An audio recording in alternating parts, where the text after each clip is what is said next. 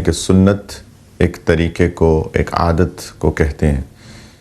اللہ تعالیٰ نے نبی کریم علیہ السلام کو مبعوث فرمایا بحیثیت نبی، ایک بحیثیت رسول کے، میرے اور آپ کے لیے آخری نبی کے طور پہ تشریف لائے، اور ہمیں اللہ تعالیٰ نے حکم دیا کہ ان کی اتباع کریں، اور فرمایا کہ وہ ہمارے لیے ایک رول ماڈل ہیں، ان کی زندگی میں ہمارے لیے بہترین نمونہ ہے۔ لقد کان لکم فی رسول اللہ اسوۃ حسنہ، کہ اللہ کے رسول میں تمہارے لیے ایک بہترین نمونہ ہے۔ He is the best role model for all of you to follow۔ اللہ تعالیٰ چاہتے ہیں کہ ہم اگر چاہتے ہیں کہ جنت میں جائیں، اور آف کورس ہم سب چاہتے ہیں کہ جنت میں جائیں، تو اللہ کے رسول صلی اللہ علیہ وسلم کی زندگی کی اتباع کریں۔ جیسے انہوں نے ہر رول میں چیزوں کو فالو کیا، اسی طرح ہم بھی فالو کریں، بحیثیت ایک والد کے، بحیثیت ایک نانا کے، بحیثیت ایک ہسبینڈ کے، ایک شوہر کے، بحیثیت ایک اولاد کے، بحیثیت ایک کمپینین کے، بحیثیت ایک لیڈر کے، بحیثیت ایک جج کے، بحیثیت ایک معلم کے، ایک ٹیچر کے۔ جس طرح انہوں نے چیزوں کو کیا ویسے ہی ہم بھی کریں، اسی کو سنت کی اتباع کہتے ہیں۔ سنت کی اتباع کسی ایک دو چار چیزوں کو فالو کرنے کا نام نہیں ہے۔ یہ بات میں ہر ایپیسوڈ میں بطور تمہید کرتا ہوں تاکہ ہم اس چیز کو سیکھ لیں، سمجھ لیں، اس کو پوری طریقے سے ذہن نشین کر لیں کہ سنت کی اتباع اصل میں کیا ہوتی ہے۔ تو ہم نے بہت سارے رولز کے بارے میں بات کی۔ آج جس رول کے بارے میں بات کرنا چاہتا ہوں وہ ہے کہ جب نبی کریم علیہ السلام پر غم آئے، زندگی میں ان کے پریشانیاں آئیں، تو انہوں نے اس پہ کیسے رسپونڈ کیا۔ تو ہمیں بھی وہ ساری چیزیں سیکھنی ہیں جس طریقے سے انہوں نے رسپونڈ کیا، تاکہ ہم بھی اسی طریقے سے رسپونڈ کریں جب ہماری زندگی میں بھی کوئی غمگین لمحات آتے ہیں، اور ہر بندے کی زندگی میں غمگین لمحات آتے ہیں۔ کوئی شخص ایسا نہیں ہے کہ جس کی زندگی میں کوئی غم کا لمحہ نہ آیا ہو۔ کسی کا انتقال ہو جاتا ہے، کسی کا ایکسیڈنٹ ہو جاتا ہے، کسی کے ساتھ کوئی ٹریجڈی ہو جاتی ہے، کسی کے جاب چلی جاتی ہے، کسی کے بزنس کے اندر تجارت میں لاس ہو جاتا ہے، خسارہ ہو جاتا ہے، وغیرہ وغیرہ۔ تو ہر بندے کی زندگی میں کوئی نہ کوئی غمگین لمحات آتے ہیں، کبھی انسان بیمار ہو جاتا ہے۔ تو یہ سارے وہ لمحات ہیں جب انسان کی کوئی نعمت چھن جاتی ہے اس سے، تو اس نعمت کے چھننے پر انسان کا رویہ، انسان کا رسپانس کیسا ہو، یہ بھی ہمیں اللہ کے رسول صلی اللہ علیہ وسلم کی زندگی سے ہی سیکھنا ہے۔ ہمیں یہ یاد کرنا چاہیے کہ نبی کریم علیہ السلام یتیم پیدا ہوئے، ان کے والد صاحب انتقال کر گئے تھے ان کی پیدائش سے پہلے، اور 6 سال کی عمر تھی جب نبی کریم علیہ السلام کی والدہ بھی دنیا سے تشریف لے گئیں۔ اب ایک 6 سال کا چھوٹا سا بچہ جس کے پاس نہ والد ہے نہ والدہ ہے، یہ بہت لمحہ تفکر ہے، کیونکہ کئی چھوٹے بچے ہوتے ہیں ان کے والدین بہت جلدی چلے جاتے ہیں، اور پھر لوگ ایکسکیوز دیتے ہیں کہ دیکھو اس کو کوئی تربیت کرنے والا نہیں تھا، اس لیے یہ ایسا ہو گیا۔ اللہ کے رسول صلی اللہ علیہ وسلم کے دونوں والدین ایک پیدائش سے پہلے، ایک 6 سال کی عمر میں اللہ تعالیٰ کے پاس واپس چلے جاتے ہیں، اور اس کے بعد ان کے دادا ان کی پرورش کرتے ہیں، اور 8 سال کی عمر میں صرف 2 سال بعد ان کے دادا کا بھی انتقال ہو جاتا ہے۔ یعنی اب دیکھیے کہ ایک بچہ چھوٹا سا جو اس سے ساری ایموشنل ٹرانزیشنز سے گزر رہا ہے، لوگ کہتے ہیں اس بچے کو چائلڈہڈ ٹراما ہے۔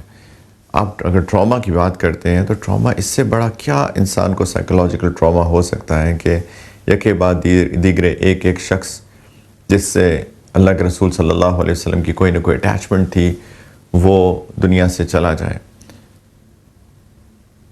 اس کے بعد چچا ابو طالب نے پرورش سنبھالی، اور بالآخر ایک سٹیبلٹی ملی ایک زندگی کے اندر، اور 25 سال کی عمر میں نبی کریم علیہ السلام کا نکاح ہوا، ان کی شادی ہوئی سیدہ خدیجہ رضی اللہ تعالی عنہا سے۔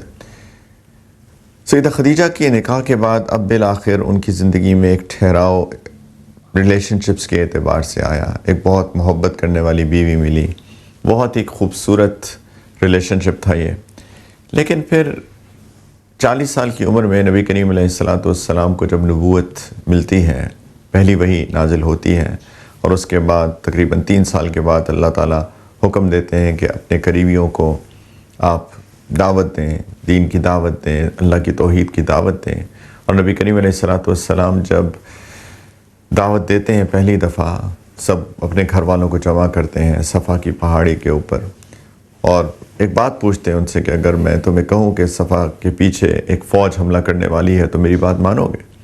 تو سب نے کہا کہ کیوں نہیں مانیں گے، آپ نے تو کبھی زندگی میں جھوٹ نہیں بولا، آپ نے کبھی خیانت نہیں کی، آپ صادق ہیں، آپ امین ہیں، تو اگر آپ کہیں گے تو ٹھیک ہی بات ہوگی۔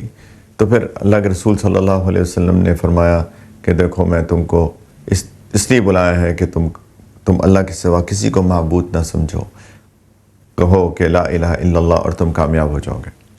بس ایک دعوت دینی تھی، ان کے اس رسم و رواج کے خلاف ایک بات کہنی تھی، ایک آواز بلند کرنی تھی، اور ایک دم سے ایک اس خاندان کے اندر ایک کوہرام سمجھ گیا، کیونکہ ان کے آباء و اجداد سے ہٹ کر بات کی اور بہت سخت باتیں کی۔